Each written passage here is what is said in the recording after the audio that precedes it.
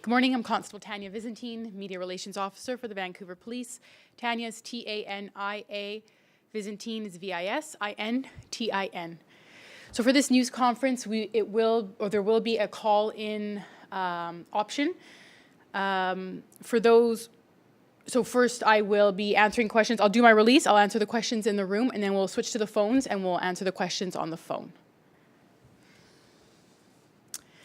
The Vancouver Police have seen a significant spike in arson reports across the city, and we are asking the public to be vigilant. Since the beginning of April, police have been investigating several suspicious fires that investigators believe have been set off deliberately. Thankfully, no member of the public was injured or displaced. Excuse me.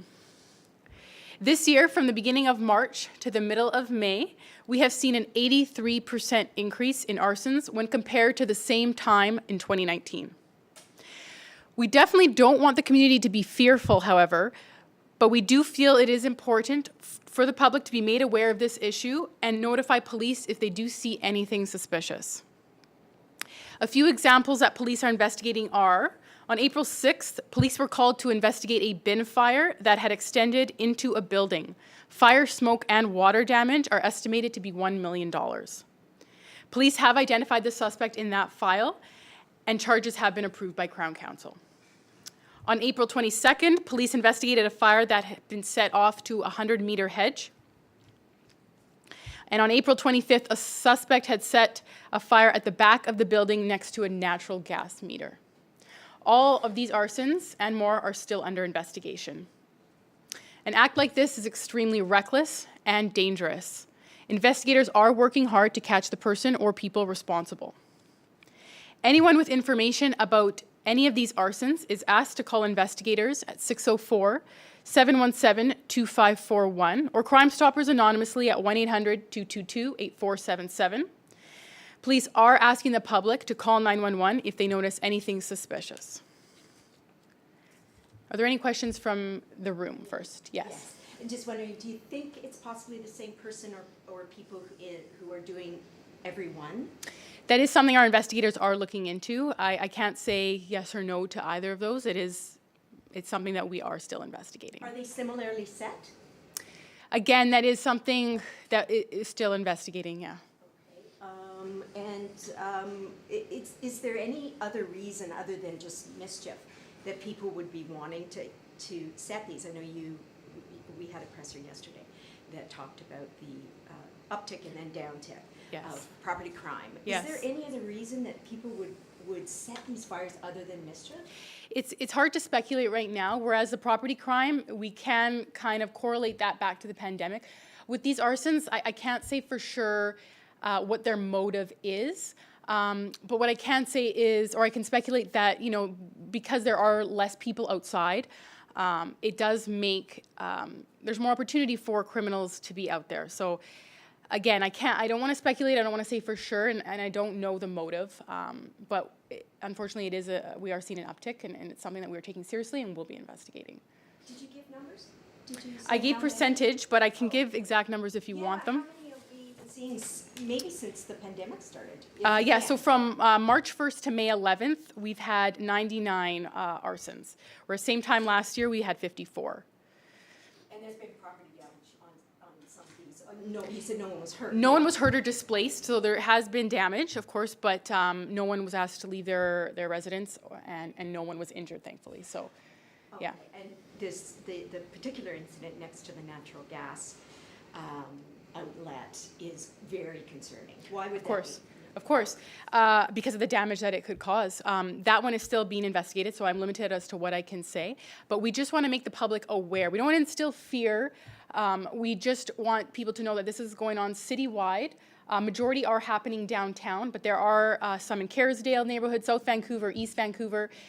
Again, not to alarm anybody, just be vigilant. There are things that the public can do, just so they have a part in all this. And one thing that we suggest is when it comes to dumpster fires or garbage bin fires, to possibly just leave your garbage or put your garbage out the morning of. And when you do store your garbage bin, keep it away from your building or your home. Again, something very minor, but it can prevent a big disaster. Great, I'm done. Okay, so Telephones. I'll turn the volume up.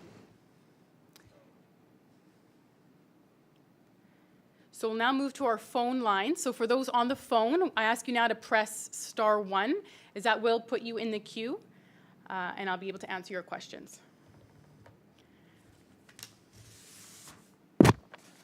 Okay, hi there. State your name and where you're from.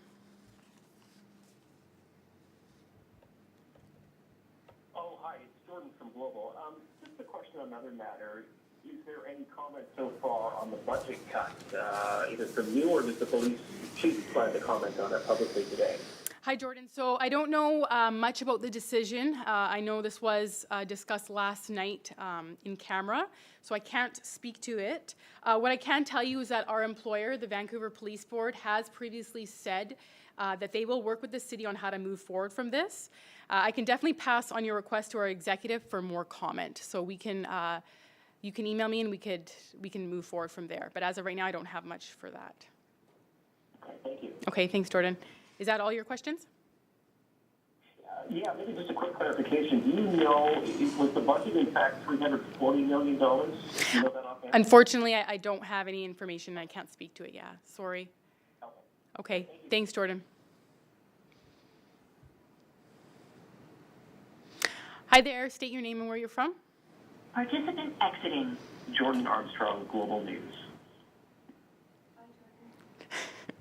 Hi there. State your name and where you're from. Hi, thanks for taking my question. This is Angela Jung from CTV News. Hi, Angela. I had shared a video this morning of alleged police brutality and just wanted to know what your thoughts are on that and your response that this officer did use excessive force when trying to arrest this man that didn't appear to be threatening, who was on his knees and had his arms up in the air. So what I can tell you is that Vancouver Police did respond to a serious incident of a man with a knife in the downtown east side. The man was taken into custody, thankfully, before he injured anyone. I am limited to what I can say as it is still under investigation. And so given that there was a threat that he may have had a weapon, would that be the reason why police acted in this specific manner? This man was dangerous. He did have a knife, and our officers responded accordingly before he was able to hurt anyone else, any member of the public. But as I said, I am limited to what I can say, unfortunately, as it is an active and ongoing investigation at this time. Okay, thank you very much. Yeah, thank you. Any other questions? That's it for me. Okay, thanks, Angela.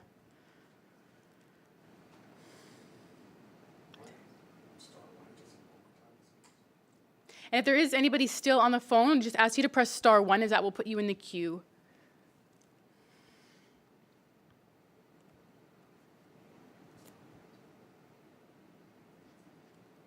That's it. Okay, that's it. Thank you very much. Thank you for everybody for calling in as well.